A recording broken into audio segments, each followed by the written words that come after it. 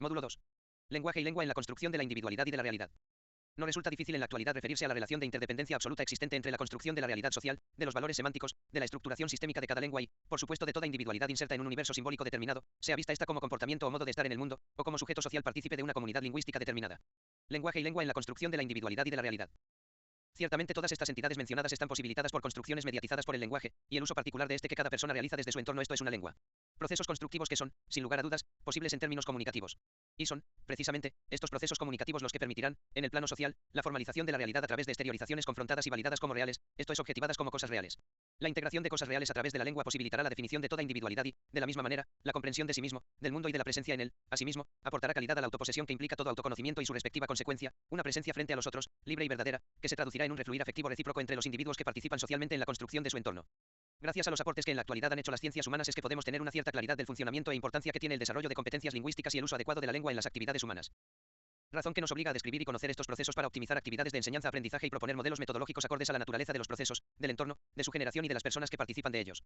Cuando hablamos de realidad social, en un nivel de conocimiento de término medio o de sentido común, generalmente mentamos un todo absoluto que tiene existencia en sí mismo e independiente de los individuos que se insertan en ella, lo que, de manera implícita, considera caracteres ónticos ontológicos que no posee, esto es, que tiene un sustento propio e independiente de otros elementos constituyentes y posibilitantes, pero un análisis reductivo nos señala que no es así, vale decir, que no tiene esencia. Por otro lado, este estar en la realidad es diferente en cada una de las personas que participan de uno u otro modo en alguno de sus niveles, situación que complica aún más su percepción y, como consecuencia de ello, distancia el consenso sobre lo que se considera realidad. Lenguaje y lengua en la construcción de la individualidad y de la realidad, Kant. Del mismo modo, esta realidad, a pesar de que la compartimos en tiempo y espacio, se nos presenta a todos de manera diferenciada, digamos que es una realidad distinta para cada uno de los individuos que la integramos, para quienes le hemos otorgado el carácter de existencia real y objetivamos las cosas la componen, inicialmente determinados por nuestro entorno, lo que en este plano, también está constituido por lenguaje, lo que conlleva, a su vez, una gran paradoja y, en términos simples, una imposibilidad cierta de referirla en términos absolutos, pues, de la misma manera, posee, también, un carácter dinámico que la transforma constantemente. Esta diferenciación real se genera en cada individuo debido al desarrollo de las competencias léxicas, lingüísticas y semánticas, es decir, de otro modo, el desarrollo de la inteligencia lingüística hará que cada persona perciba el mundo circundante, dentro de los límites impuestos por cada lengua, de manera particular, esto es de manera diferente, y esta diferencia consecuencialmente afecta su comportamiento o modo de estar en el mundo. Asimismo, la constitución de su propia naturaleza, esencia, estará determinada en su construcción vital por un instrumento que, paradojalmente, es, también, una elaboración humana, la lengua. Esta aparente paradoja se resuelve en la medida en que nosotros podamos dar cuenta de su constitución, pues el mundo que nos circunda y que, en último término, es nuestra realidad, ciertamente que no tiene fundamento en sí, vale decir, no posee rasgos ónticos ontológicos, es una formalidad de realidad, formalidad que se ha generado a partir de los sujetos que participan de ella a través de generaciones y que la han construido mediante situaciones comunicacionales dadas por el lenguaje. Así, otros autores han afirmado la inexistencia de la realidad, pero esta afirmación es muy arriesgada, más aún cuando nos movemos en ella cotidianamente, situación que nos impide aceptar tal aseveración de modo tan radical, ya que, esta realidad, sí tiene carácter de existencia, y diríamos un carácter de existencia real. Lenguaje y lengua en la construcción de la individualidad y de la realidad, Kant. Este carácter de existencia real, como tal, es una consensualización que, a su vez, está sujeta a los individuos que participan de ella en un refluir recíproco validándola, pero, de la misma manera, modificándola constantemente, aportándole de esa manera un dinamismo modificador que la transfigurará, de acuerdo a los individuos que se modifiquen o de los que se integran, desde otro nivel de realidad o universo simbólico, como nuevos participantes para refluir recíprocamente con los otros, lo que incorporará nuevos elementos como cosas reales que afectarán en la constitución individual y de modo particular al resto de la comunidad lingüística. ¿Cómo salir de esta encrucijada? ¿Cómo aceptar la inexistencia de la realidad cotidiana y el carácter real que ella posee? Si bien es cierto que la afirmación de la inexistencia de la realidad se origina en Heidegger, el ser y el tiempo, debemos aclarar que él no participa de esta afirmación tan radical, pues considera el mundo, la realidad, como resultado de una actividad existenciaria, y al existente como resultado de ese mundo en el tiempo, consecuencia del refluir recíproco de quienes comparten un tiempo y un espacio. En este sentido, implícitamente se está haciendo referencia a la ausencia de rasgos ontico-ontológicos, vale decir que ese nivel de realidad no se sostiene en sí mismo como ocurre con la realidad natural, physis, ajena al hombre en cuanto creación y ajena, también, a su voluntad, pero, si bien es cierto que nuestra realidad cotidiana es construcción posibilitada por un instrumento, la lengua, cierto es también que ese instrumento es también resultado de la creación humana, situación que nos complica cada vez más cuando hablamos de humanidad, pues todo lo que digamos de ella lo diremos desde y con nuestra propia creación, lo que hace que lo dicho no sea del todo certero. Más esta realidad artificial, aun siendo una construcción humana, afecta del todo en la constitución misma de cada individuo que participa de ella.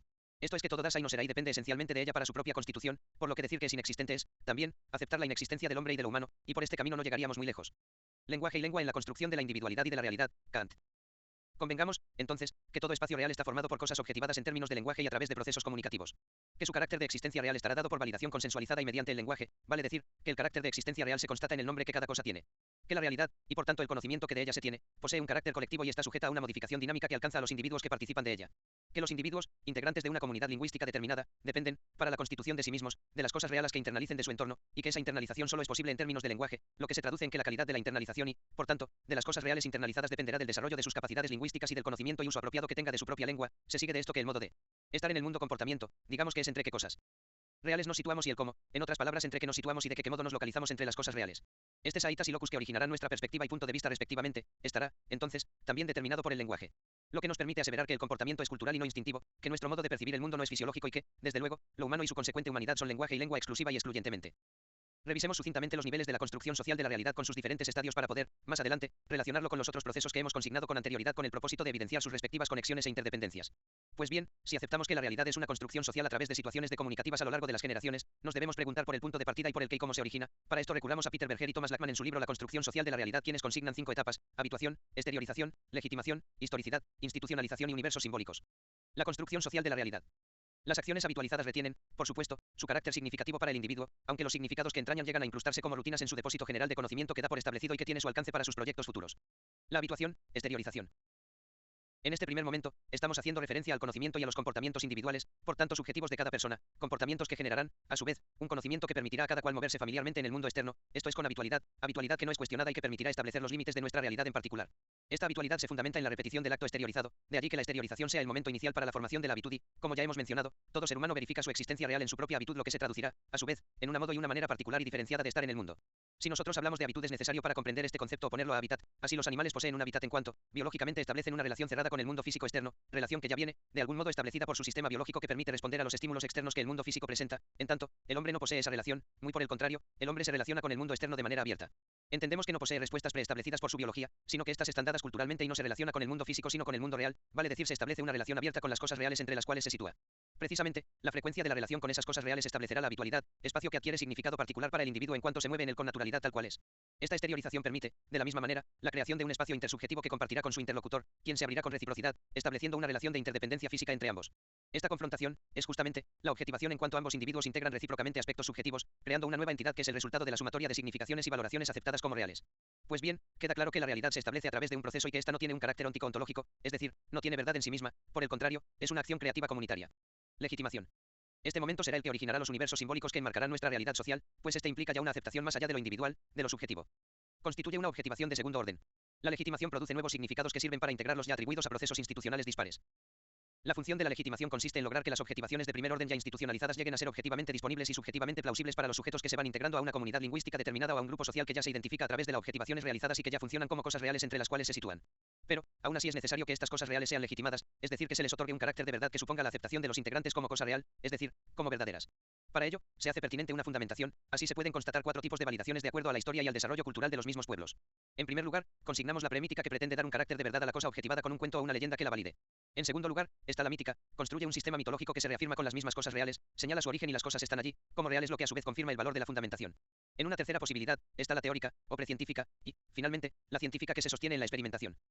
Este espacio intersubjetivo, objetivado y legitimizado que implica el sentido común o conocimiento de término medio, se da por establecido por una comunidad lingüística determinada y depende fundamentalmente de la tradición, sea esta oral o documentada, orienta, asimismo, al comportamiento subjetivamente significativo de sus vidas. En definitiva, un mundo que se origina en sus pensamientos y acciones. Este conocimiento y el proceso mediante el cual se origina, es, precisamente, el objeto de estudio de la sociología del conocimiento. Este conocimiento permite que el individuo perciba el mundo externo como una realidad ordenada que comparte con los otros.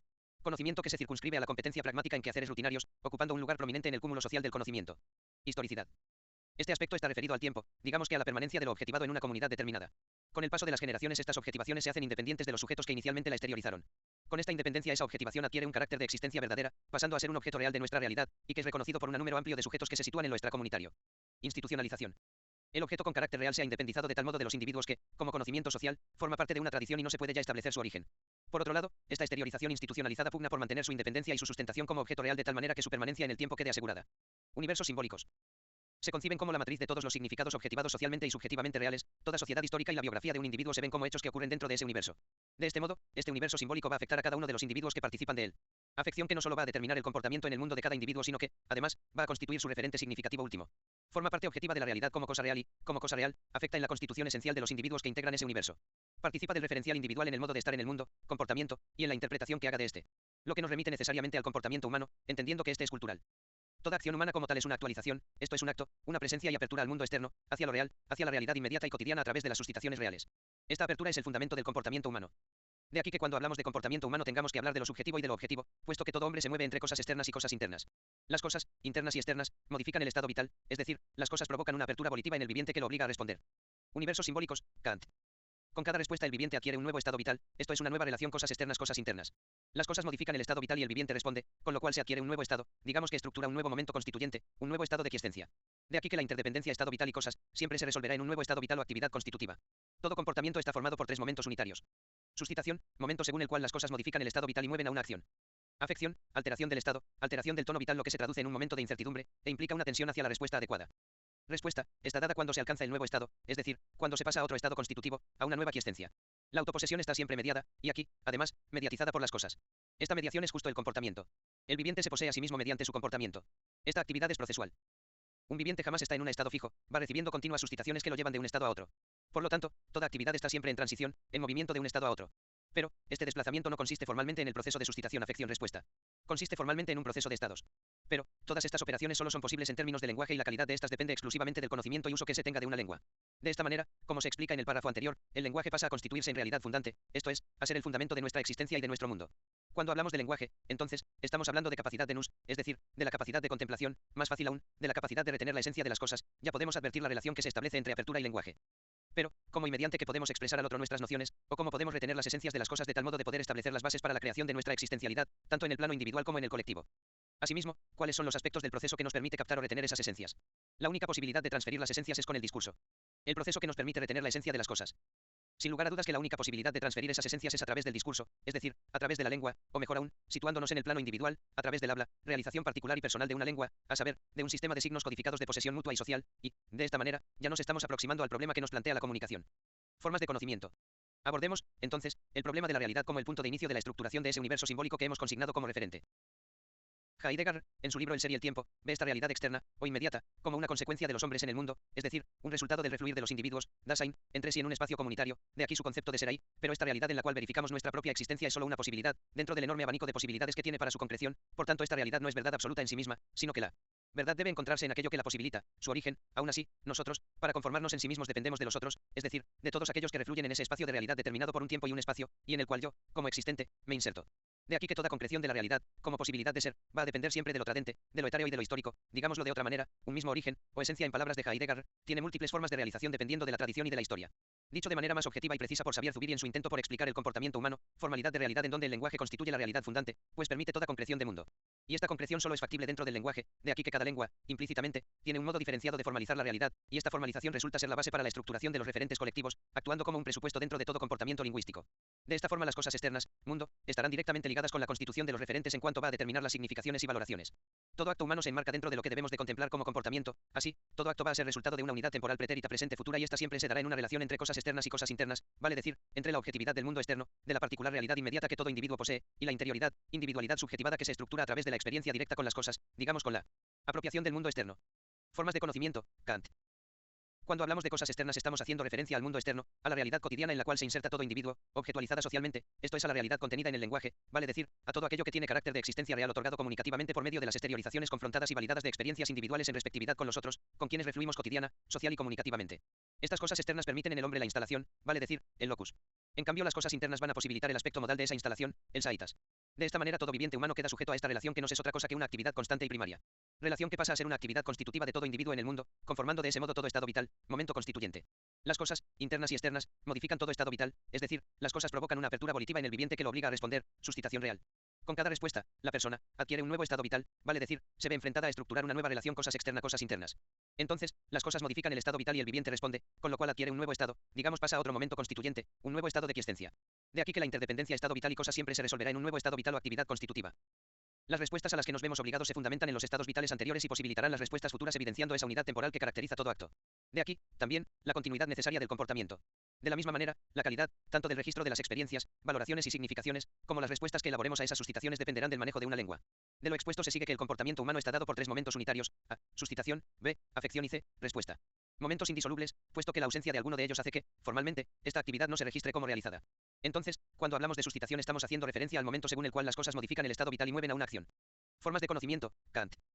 Por afección se debe entender la alteración del estado, vale decir, la ruptura de la relación entre las cosas externas y las internas, y la alteración del tono vital, lo que se traduce en una situación de incertidumbre, e implica una tensión hacia una nueva respuesta, y esta debe responder a esa continuidad que caracteriza a todo comportamiento.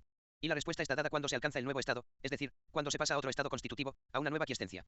En definitiva, cuando se ha estructurado una nueva relación cosas externas cosas internas. Ahora, cuando se habla de estado, no se está haciendo referencia a algo estático, estado no significa quietud, puesto que el viviente es constitutivamente activo, involucra un equilibrio dinámico, por tanto será actividad en quiescencia. Las vertientes de esta actividad, comportamiento, están dadas, por un lado, por lo que dan las cosas entre las que el viviente se haya situado. El viviente es, en alguna medida, independiente de las cosas y ejerce un control específico.